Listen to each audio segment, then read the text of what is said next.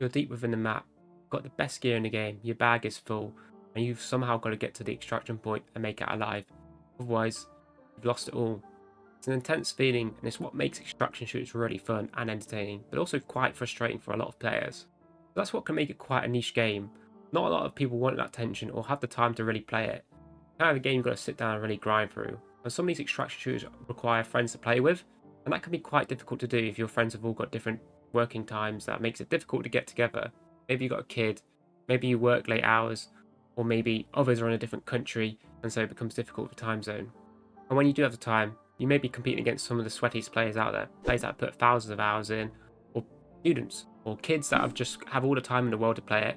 And so you go and you play and you just die and die and die again because they've got the best gear and they know the strats and tactics that you don't know.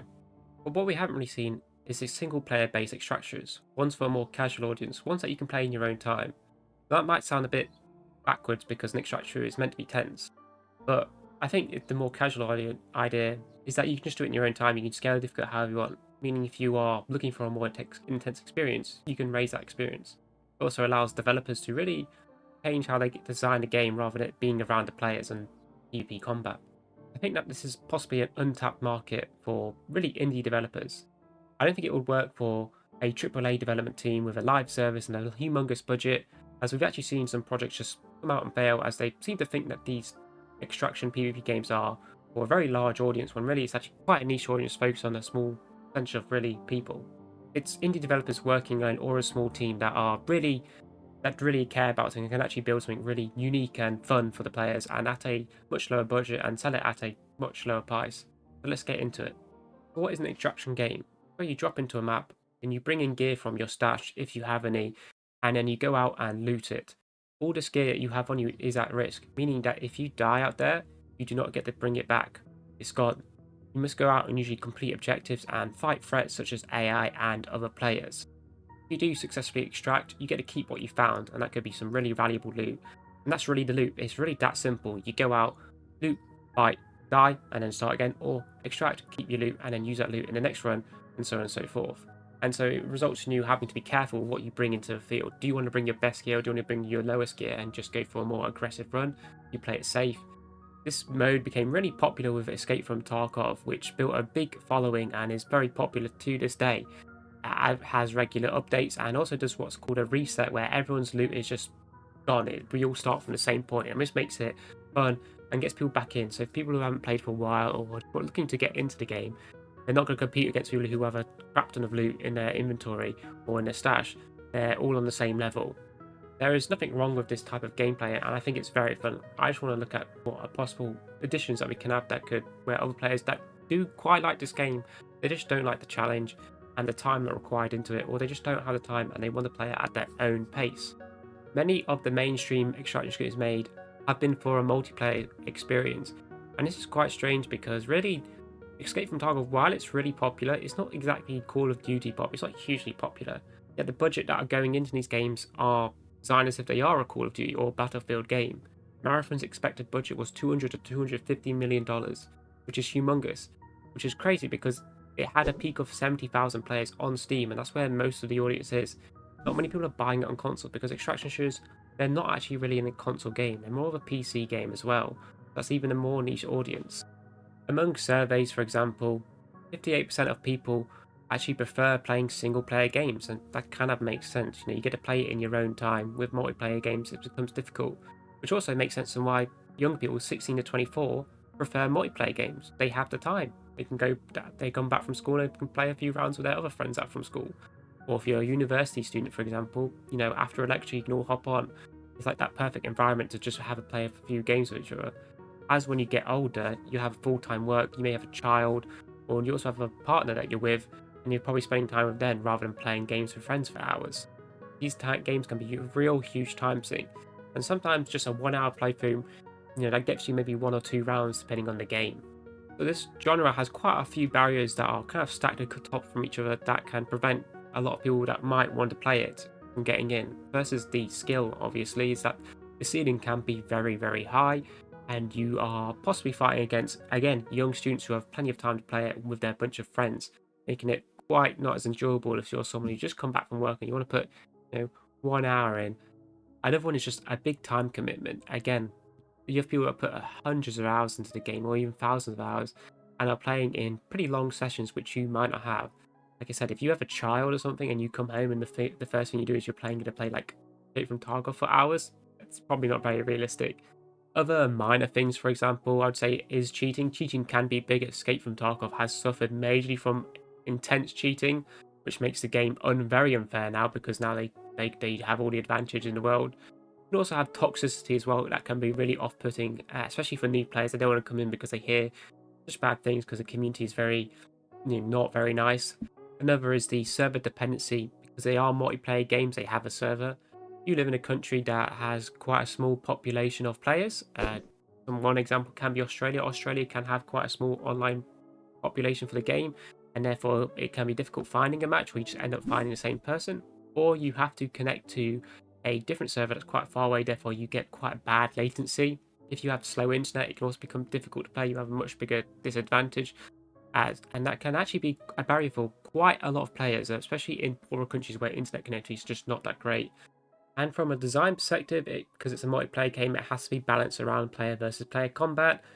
For us indie developers, we could tap into these barriers and make a game that kind of supports them. It won't be for those multiplayer extraction players. They already have games like Escape from Tarkov, but we could bring in audiences that might like it and actually find it quite fun. If we think about what a single player extraction shooter offers, then, well, you play at your own time. There's no multiplayer, so you don't have to wait on finding a lobby. You can pause when you're busy with something, so the game will pause with you rather than an extraction. You have to wait until you've extracted, or you just let yourself die. Not ideal. And you can just come back tomorrow and continue where you left off. You can scale the difficulty however you like, and however the player chooses. The player could choose a very brutal difficulty where they permadeath and they drop everything. Maybe they lose their whole stash, or they can make it less tense. It's still into high intensity. AI is still quite smart, but it means that they have a fighting chance much better than they did on the highest difficulty or against in a multiplayer setting. Also, it means you can really experiment around a bit more. You can try out non-meta builds. One thing when I play with some of these multiplayer games like Call of Duty, not necessarily extraction shooters, is that sometimes you can feel forced to use the best weapons in the game and the best loadouts because otherwise you'll get absolutely rinsed by the enemy team, and that kind of be not fun. I like to kind of experiment and try some suboptimal playthroughs that are just more fun. And with a single player game, you can tend to do that. You can make the difficulty a little bit less forgiving, for example, or more forgiving, and then you can play around with these builds a bit.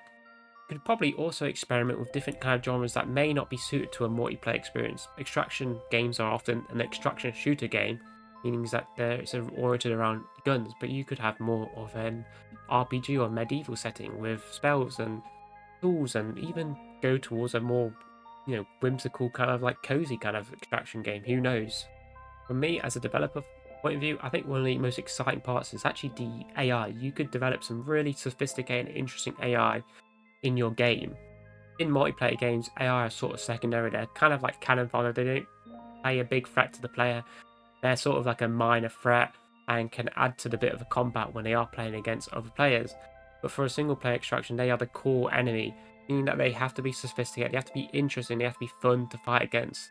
You could make a really fun and interesting behavior tree for your AI. They have flanking, they patrol, they listen to sounds. You could have integrate some sort of AI as well, like using Markov chains to like predict the next state of the AI based on current events, its current state, and that can dynamically change or be different per AI. You could have an AI that's a bit more cowardly, is more likely to flee, or you could have an AI that's more arrogant, is far more likely to keep attacking you even if it's on low health. You could do some really cool things. And because it may not necessarily be a shooter game, you could do like creatures, animals, like dragons, if it's like a medieval fantasy game. This is what's possible when you have AI as your core threat. You really have to design about it rather than it being an afterthought in a multiplayer game. Let's discuss some design constraints as well, as this also doesn't get discussed enough. In a multiplayer game, every mechanic needs to be fair once you're dealing with other players. Anything that can be exploitable will be exploited and can make the gameplay really unfair. If the weapons aren't balanced, they become the main focus, and this is really challenging. Also results in mechanics that have to be cut. They may be fun, but if they provide too much of an advantage, it results in everyone playing that way and it becomes actually quite boring. Everyone just doing the same exact thing.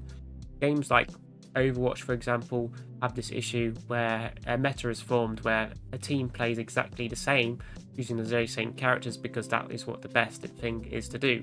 And some characters get forgotten about, and for spectators in like a competitive scene, it can become really boring to watch. But also for players, it can become boring because you're just playing the same game, kind of like playing the same thing over and over again. In a single player game, no such constraint exists. You can have those mechanics in and let the player choose on how they play.